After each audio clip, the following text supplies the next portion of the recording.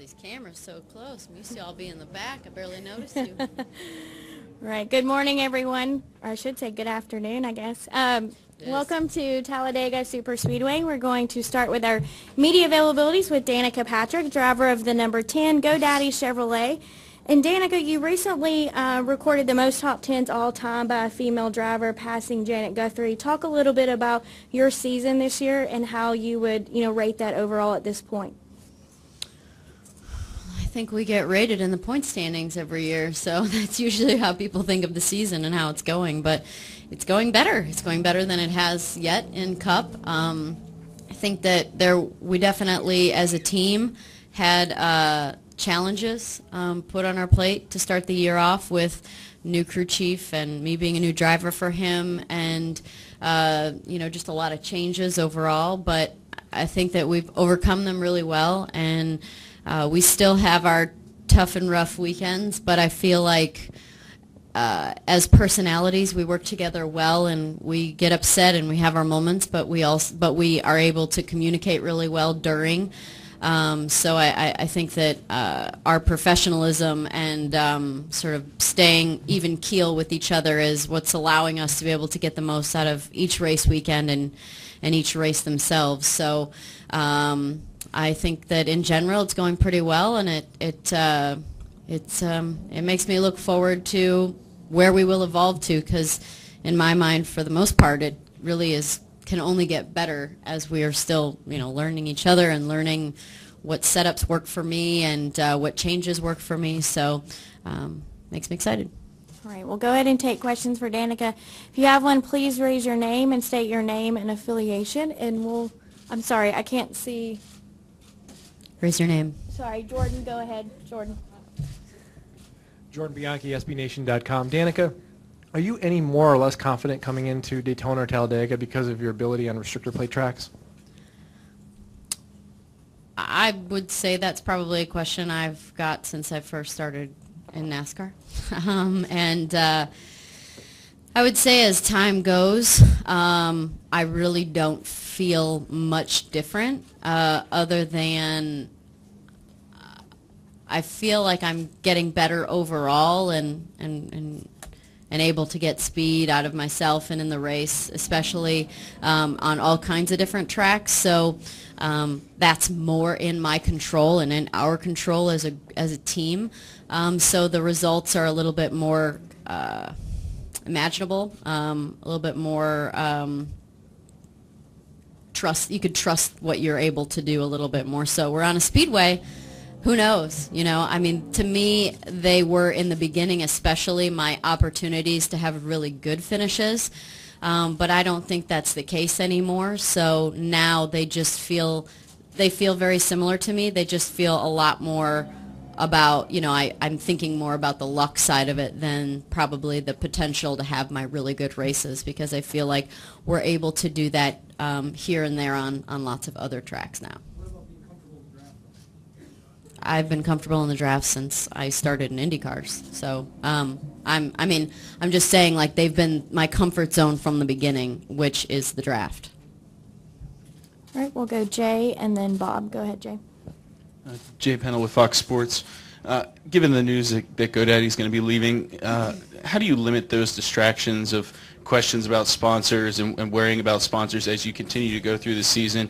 And do you think this is, obviously you never want a situation like this to come about, but is this really the best possible time for it, given the run of success that you've had in the last couple of weeks? Yeah, it's it was good that that GoDaddy gave us as a team time to find someone else for that role, either someone new or one of my great partners that already exists that wants to step up. So it's as tolerable as a situation as you could imagine. But for me, it's a little bit bittersweet. I look at pictures of me in the suit and in the pictures of the car, and I think about I can't believe it won't be the green GoDaddy car anymore. But in fact, that's actually what I said to them on the phone. I spoke to Phil and Blake, who are in charge of making those big phone calls and making those big decisions. And I said, are you guys okay that you're not going to see a green car out there anymore? That's actually what I said to them. So, but on the other hand, my relationship with GoDaddy will still continue. It's just going to look a little bit different from an overall standpoint. I think we're going to continue on, obviously, with the things that I have been doing for them as of late, more smaller events, more specific events for them, as opposed to just trying to get their name out there. As they've said, they have 81% brand awareness in America. So the program worked. It worked so well that they've evolved. And but I'm glad to still be with them, and I'm glad that they gave us time to find someone else for that position. All right, Bob, go ahead. Bob Hawkers, ESPN.com. How long do you focus on trying to remain at Stewart-Haas, and when do you start really listening and discussing options with other teams? Bob, I feel like you read that one. Did you read that one? It looked like you read that one. That's not normal. Is it? Oh, do you think before you speak? Like, I don't. You try? I suppose you write, so I don't. I really am happy at Stewart-Haas, and they're working hard already to find someone for the new primary position. My team is working to find someone for the new primary position. So I think at this point in time we're moving forward with all those intentions, but I guess it is on some level open season in a lot of areas. So I don't think you can ever say never, of course, but I am happy where I'm at right now. All right, we're going to go to Claire. Claire B. Lang, Sirius XM NASCAR Radio. You were talking about your team. How do you look at this? For example, what kind of conversations have you had with Tony? If you would get a multifaceted sponsor, it might not be as much, say, money as GoDaddy. You have your own major management company that can be working on this. How does that all fit together? What sort of needs and conversations have you had about what you want?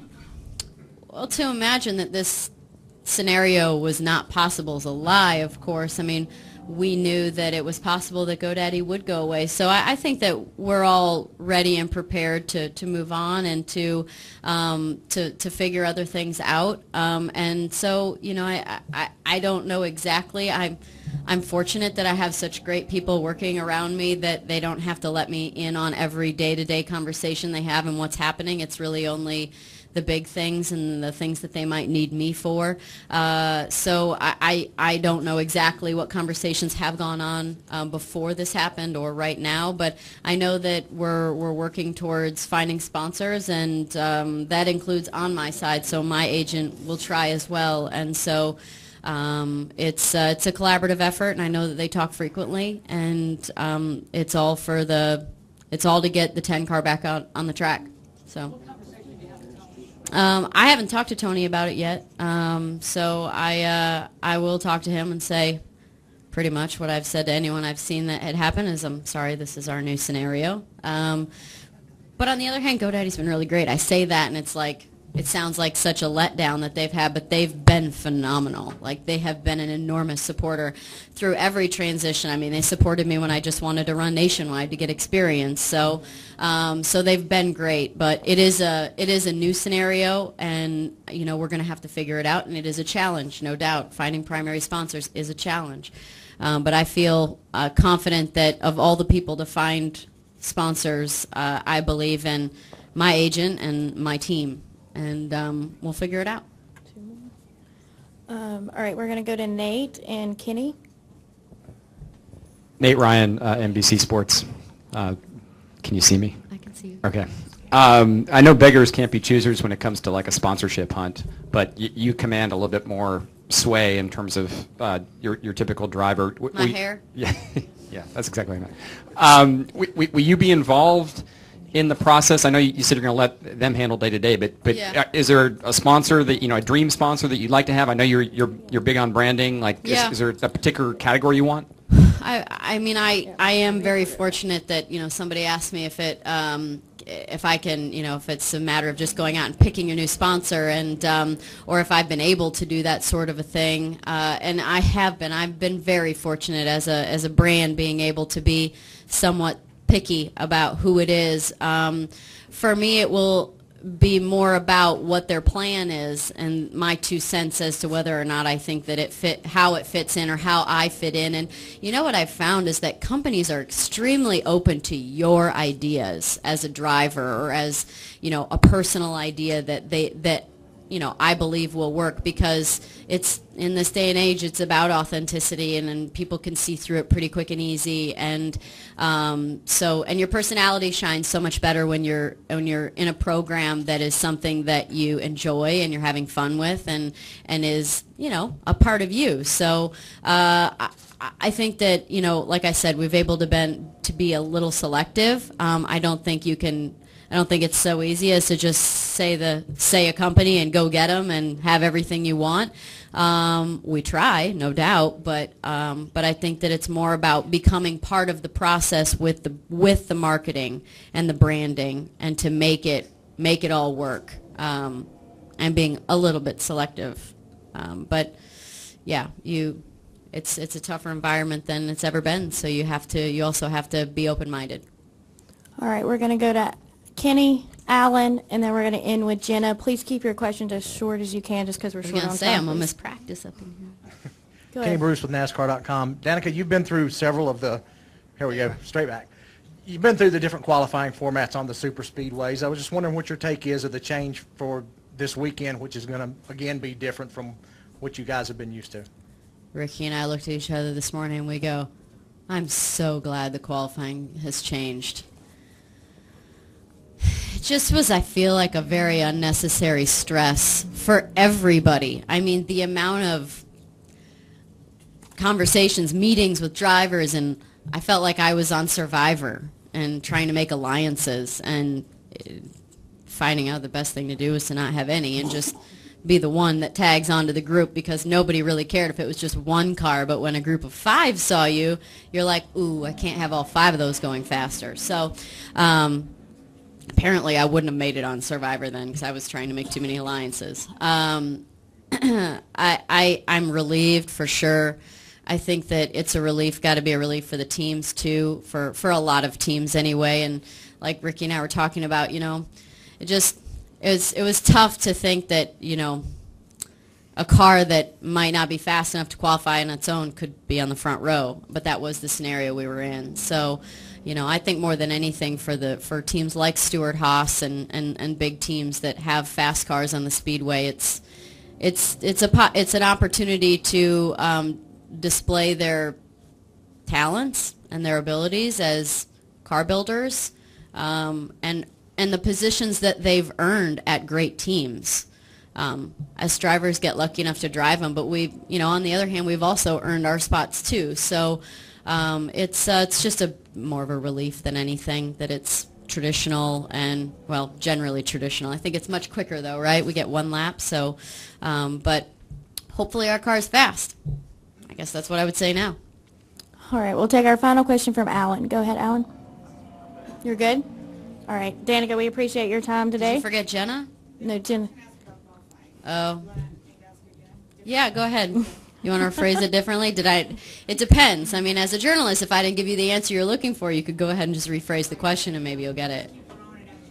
All right, Danica, we appreciate your time today. Who's the guy who gives the same answer every time? What's his name? No. Marshawn Lynch. I'll give you the Marshawn Lynch. Just happy to be here. Thank you. Thank you. Okay.